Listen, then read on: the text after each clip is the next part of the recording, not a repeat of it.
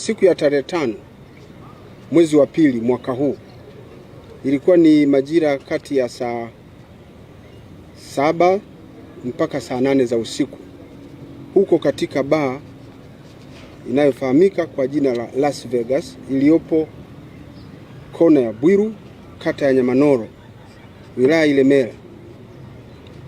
Mwanamume mmoja kijana ambaye anaitwa Mzafaru Faisal Yunus, umri wake ni miaka 26, ni mfanyabiashara na mkazi wa eneo la Mbugani, aliuawa kwa kushambuliwa kwa ngumi, mateke na vipande vya mbao, bomba la chuma katika sehemu mbalimbali za mwili wake baada ya kushindwa kulipa bili ya vinywaji ambayo ilikuwa ni kiasi cha shilingi 8,000.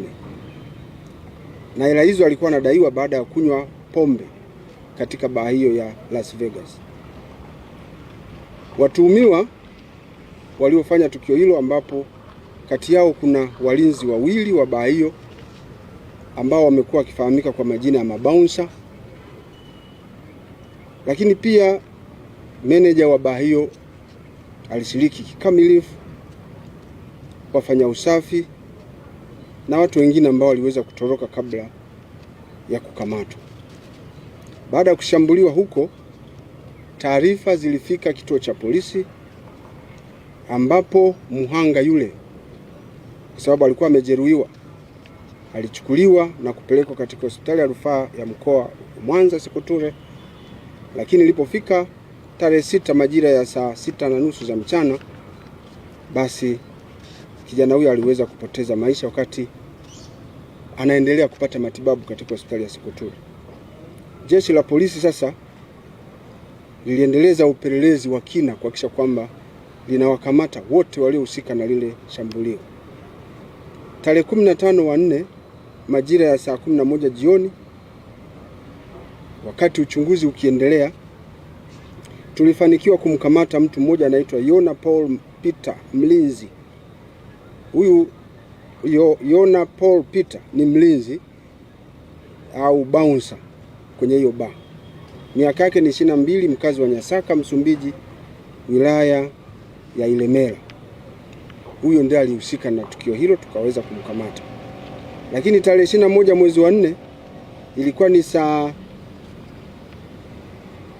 7 za usiku, huko Mwakitolio mkoani Shinyanga, mtuhumiwa Hamisi Juma Musa, miaka 27, ambaye anafanya kazi ya usafi katika baa hiyo ya Las Vegas na mkazi wa Ilemela, pia alikamatwa akiwa amejificha mara baada ya kufanya tukio hilo.